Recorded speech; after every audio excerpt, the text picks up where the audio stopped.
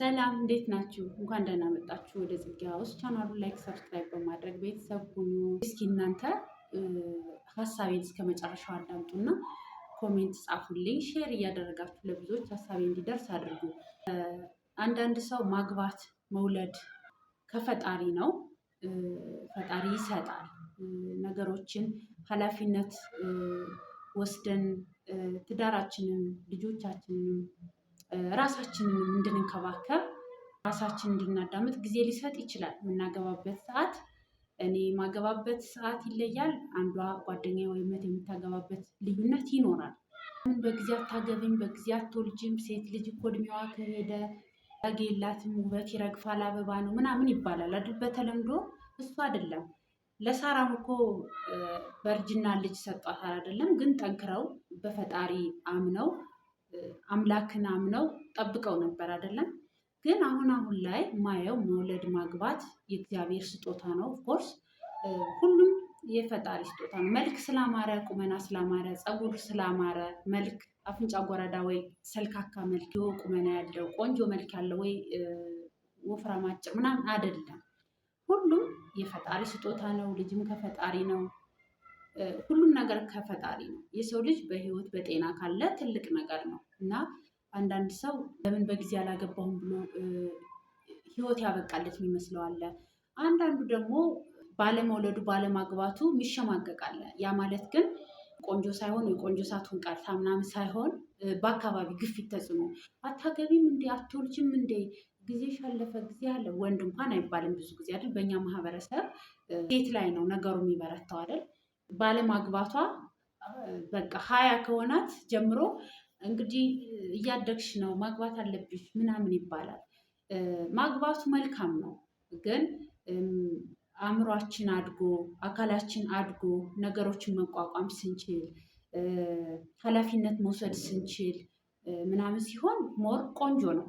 በዛ ማለት በዚህ ህይወት በአንድም ሆነ በሌላ የራሳችን የሆነ ስጦታ ስላለው አንዳንዱ ቀድሞ አግብቶ ጥሩ ህይወት አለው። አንዳንዱ ደግሞ ቀድሞ አግብቶ ህይወቱ እዚህ ግባ ማይባል ሰው አለ። ግን ፈጣሪ የፈቀደውን ነው የምንኖር በዚህ ምድር። ማንም ስለፈለገ ስላልፈለገ አይደለም። ህይወት የራሷ መንገድ አላት። ግን እኔ በጣም የሚገርመኝ በተለይ ሴት ሁነን ለሴት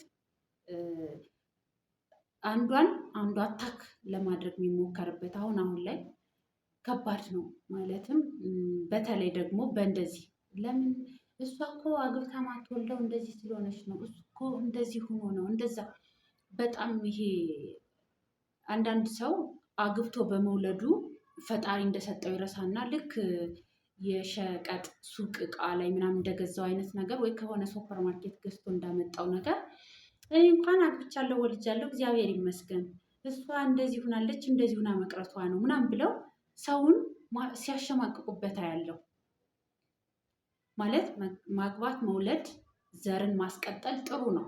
ማንም አይጠላም፣ ይፈልጋል ሁሉም ሰው ወንዱም ሴቱ ዘሩን ለማስቀጠል ህይወትን ለመኖር።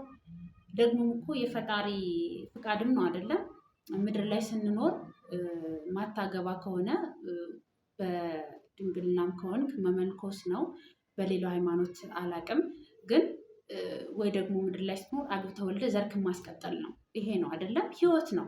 ግን አንዳንድ አግብተው ሳይወልዱ ወይ ምናምን ስናይ እነሱን ለማሸማቀቂያነት እኛ ማግባታችን እኛ መውለዳችን ሌሎችን ማሸማቀቂያ ማድረግ የለብንም።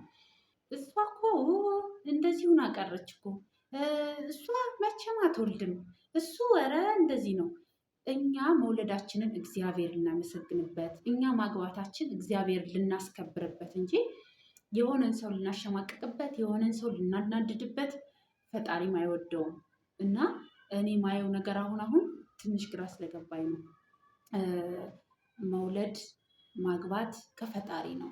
መኖር በራሱ የፈጣሪ ነው እና ስንኖር የራሳችንን ነገር ተደስተንበት ሌሎች እንዲደሰቱበት ማድረግ ነው እንጂ የሆነ ሰው እኔ የተሟላና ደስ የሚል ትዳር ሲኖረኝ የሆነች ጓደኛዬ ወይ እህቴ ትዳር ከሌላት ውፍ በቃ እንዳንቺ አግብቼው ልጅ መንፈሳዊ ቅናት የሚባለው አለ አይደለም? አግብቼው ልጅ ዛሬን ለማስቀጠል ብላ ደስ ብሏት ሀሴት እንድታረግ ስታይ መጣ። አብረን ቡና ስንጠጣ ሊሆን ይችላል፣ ስራ ስንሄድ ሊሆን ይችላል። በብዙ መንገድ ትገናኛላችሁ አይደለም? በዛ ደስ ብሏት እሷም ጥሩ ነገር እንድታስቀጥልበት ነው እንጂ መሆን ያለበት እኔ ስላገባሁ እኔ ስለወለድኩኝ ሌላው ሰው አያገባም፣ እሷ አታገባም፣ አትወልድም፣ እጅ ቁሞ ቀር እንደዚህ እንደዛ እየተባባልን ትዳራችን ወይ ደግሞ ልጆቻችንን ለምንድን ነው ለሌሎች ማናደጃ የምናደርጋቸው? ማለት ብዙ ቦታ ላይ እያየው ስለሆነ ነው። እና ያ ሰው ነገ ያገባል፣ ይወልዳል፣ ፈጣሪ ይሰጣል፣ ለማንም ቢሆን ማለት ነው። ግን ህይወት አንድም ሆነ በሌላ ይዘገያል፣ ይፈጥናል። እሱ ብቻ ነው ልዩነቱ እንጂ አግብተን መውለዳችንን ለሰው ማናደጃ የምናደርግ ሰዎች ግን ልቦና ይስጠን። እውነት በጣም አስጠሊታ ነው ይሄ። ለማናደድ ምንም ነገር ቢሆን ለማናደጃ እንጠቀሙ። ያንን እንኖርበት ማለት ትዳር የተቀደሰና የእግዚአብሔር ቤት ነው። ያ ቤት ደግሞ ሌሎቹ ደስ ብሏቸው እንደዚህ አይነት ትዳር እንዲኖራቸው ማድረግ እንጂ እኔ ስላገባው ስለወለድኩ ልጆች ስላሉኝ ምናምን እኔ እኮ ልጆች አሉኝ 4-5 ወልጃለሁ እግዚአብሔር ይመስገን እሷ አለች እንጂ እሷ አለ እንጂ ተብሎ ሰውን ለማናደድ ሰውን ለማስቀናት አሳረርኳት የት አባቱ አይነት ኑሮ ደስ አይልም። ፈጣሪ ያልፈቀደውማ። እኛ እኮ እግዚአብሔር የፈቀደልን እግዚአብሔርን የምናመሰግንበት ቤት መሆን ነው እንጂ ያለበት የሆነን ሰው ለማሸማቀቂያ የሆነን ሰው ለማናደጃ። በሚገርም ሁኔታ በዚሁ አጋጣሚ ማውቀው ታሪክ አለ። አይገርማችሁም?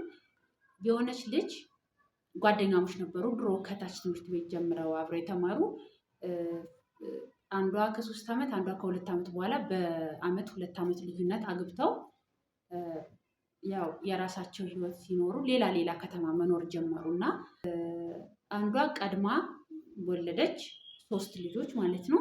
ያኛዋ ደግሞ ልጅ አልተፈጠረም። ልጅ አልተፈጠረም ማለት ግን ህይወት ያበቃል ወይ ትዳሩ እዛ ጋር ያበቃል ማለት አይደለም። 10 ዓመትም ሊጠበቅ ይችላል። ይሄ የፈጣሪ ፍቃድ ስለሆነ የኛ እንትን አይደለም። እና የሆነ ጊዜ ላይ ካለችበት ከተማ ሌላ ከተማ ነው የምትኖረው። ወደ ቤተሰቦቿ ለመጠየቅ እንደዚህ በዓል ምናምን ሲሆን ስትሄድ የአካባቢ ሰው እንትን ይላት ጀመር ማለት ነው። አታክ ማድረግ ጀመሩ እሷን። ወይ አልወለድሽም እስካሁን ስንት ዓመት ሆናችሁ ከተጋባችሁ? ረጅም ጊዜ እኮ ነው። እንትና እኮ ወልዳ 4 ወለደች ያንቺ ጓደኛ ምናምን ማሽሟጠጥ ሲያዩት እንዴት ነሽ ደህና ነሽ ወይ ምናምን ከማለት ቀጥሎ ቀጥታ የሚጠየቀው ይሄ ነው። ከዛ ያቺ ልጅ በዛ ተሳቃ ወደ ቤተሰቦቿ መጠየቅ መምጣት አቆመች።